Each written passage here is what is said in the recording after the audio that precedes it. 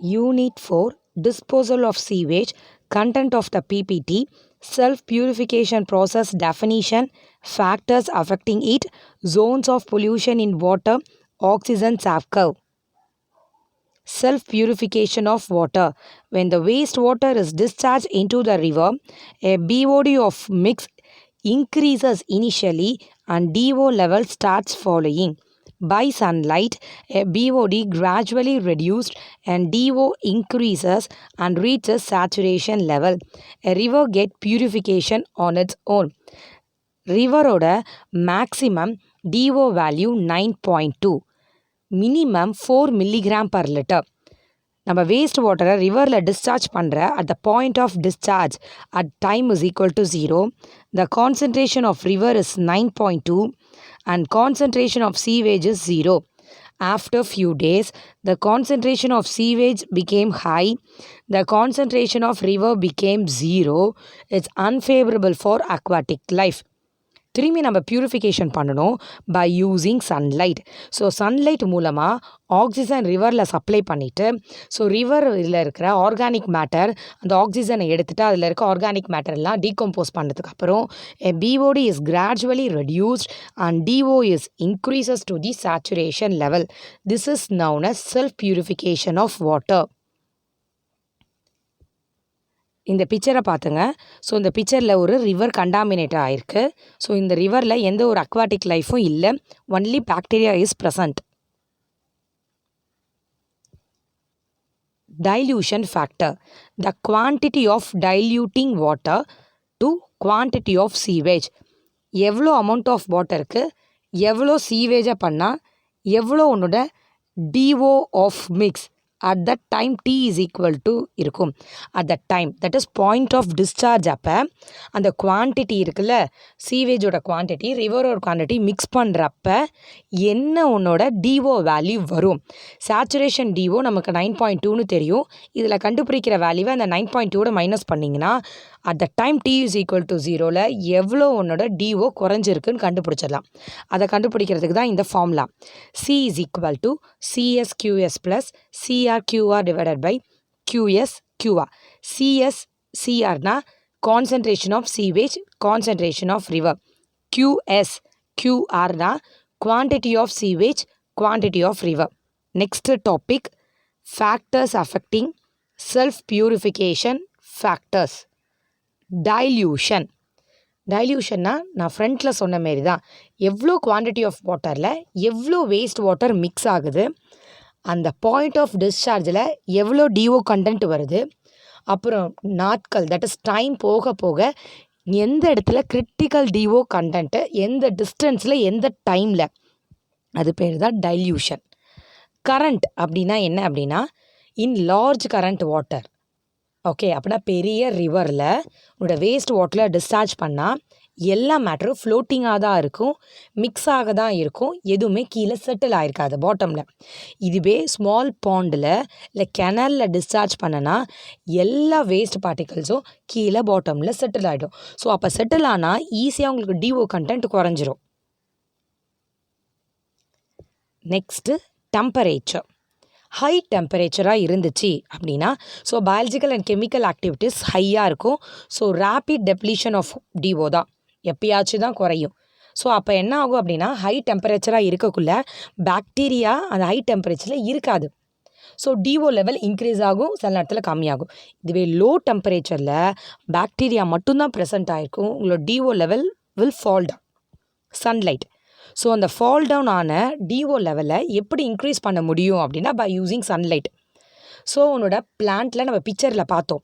So அந்த river பிக்சரில் பார்த்திங்கன்னா நிறைய ஆல்கேஸ்லாம் ப்ரெசென்ட் ஆகிருக்கு. ஸோ அந்த ஆல்கே பிளான்ட்லாம் என்ன பண்ணும் அப்படின்னா, அந்த சன்லைட்டை அப்சர்வ் பண்ணும். ஸோ சன்லைட்டில் இருக்க oxygen dioxide, that is carbon டை ஆக்சைடை அப்சர்வ் பண்ணிவிட்டு ஆக்சிஜனை ரிலீஸ் பண்ணும். அப்போ ரிலீஸ் பண்ண ஆக்சிஜனை அந்த ரிவரில் இருக்க ஆர்கானிக் மேட்டர் எல்லாம் டீகம்போஸ் பண்ணிவிட்டு உனக்கு BOD லெவலை இன்க்ரீஸ் பண்ணும். ரேட் ஆஃப் ஆக்சிடேஷன், அந்த டைமில் எவ்வளோ மேட்டர் அந்த ஆக்சிஜன் மூலமாக டீகம்போஸ் ஆகுதோ அது பேர் தான் ரேட் ஆஃப் ஆக்சிடேஷன். நெக்ஸ்ட்டு நம்ம பார்க்க போகிற topic zones of pollution in the stream. 4 types of zones இருக்குது. zones of degradation, zones of டீக்ரடேஷன்னா இருங்க நான் உங்கள் பிக்சரில் காட்டுறேன். இதான் 4 டைப்ஸ் ஆஃப் ஜோன்ஸ் இருக்குது. First clear water zone, zones of degradation, decomposition, recovery and clear. Clear வாட்டரில் 100% saturation, that is 9.2 mg/L. Zones of டீக்ரடேஷன்னா நான் ஃபஸ்ட்டு வேஸ்ட் வாட்டரை டிஸ்சார்ஜ் பண்ணுற இடம், that is outfall of sewer. அப்போ டிஸ்சார்ஜ் பண்ணக்குள்ளே 40% ஆஃப் டிஓ டிப்ளீஷன் ஆகிடும். எல்லாமே ஃப்ளோட்டிங் சாலிட்ஸாக இருக்கும், பாட்டமில் ஸ்லட்ஜ் இருக்கும், கலரு டர்பிரிட்டி மாரி இருக்கும். இதுவே நான் ஜோன் ஆஃப் ஆக்டிவேஷன் டீகம்போஷனாக இந்த பாயிண்ட் தான் உங்களுக்கு கிரிட்டிக்கல் டெஃபிஷியன்சின்னு சொல்லுவாங்க. ஸோ இதிலேருந்து டிஓ லெவல் இது ஃபுல்லாக உங்களுக்கு கம்மி ஆகிடுச்சு. ஸோ அந்த இடத்துல கிரேயிஷ் அண்ட் டார்க் கலரில் இருக்கும். மீத்தேன், ஹைட்ரஜன் சல்ஃபைட், CO2 கேஸ்லாம் ப்ரொடியூஸ் ஆகும். நைட்ரஜன் கேஸ் அதில் இவால்வேஷன் இருக்கும். Black scum at the top, black கலரில் அந்த ரிவரில் பார்த்தோம் தெரியுமா, அந்த மாரி இருக்கும். ஸோ திரும்பி நம்ம ரெக்கவர் பண்ண முடியும். எப்படி ரெக்கவர் பண்ண முடியும்? By using sunlight. சன்லைட் மூலமாக நம்ம ரெக்கவர் பண்ணலாம். ஸோ ரெக்கவர் பண்ணக்குள்ளே இந்த வாட்டர் டர்பிட் கலரில் மாறும், பாட்டம் ஸ்லட்ஜ் மட்டும் இருக்கும். ஸோ ஃபுல்லாக ரெக்கவரி ஆகிடுச்சுன்னா 100% திரும்பி கிளியர் ஜோனில் ஆகிடும், பாட்டமில் எந்த ஸ்லட்ஜும் இருக்காது. These are the zones of pollution in the river, streams extra. So இதோட ப்ரீஃபாக நம்ம ஃப்ரண்ட்டில் பார்க்கலாம். First zones of degradation. So zones of டீக்ரடேஷனில் below the outfall sewer, water dark, turbid with sludge at the bottom, DO reduced up to 40% of saturation limit. So 9.2லேருந்து 40%. CO2 content increases. So it's unfavorable for aquatic life. இது first. Next active decomposition zone. இந்த ஜோனில் தான் critical oxygen deficiency நடக்கிறது. அந்த zone greyish கலரில் இருக்கும், darker than the previous one. DO level fall to 0. It's unfavorable for aquatic life and favorable for bacteria. So fish is absent and bacteria is present. The end of the zone, the DO rises to 40% saturation. The aquatic life starts to reappear. எப்படி அப்படின்னா sunlight அப்போ பட ஆரம்பிக்குது அது மேலே. Zones of recovery. So process of recovery starts. So stabilization of organic matter take place into the zone. A BOD fall and DO content increased above 40% of value. 40%க்கு மேலே போகுது, 50, 60, 70, 80, 100 reach ஆக போகுது. So NO2, SO4, CO3 are formed.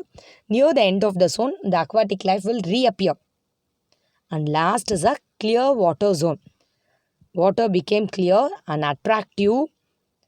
So recovery is complete. The oxygen balance is attained. The REO is raised to the saturation level, that is 100%.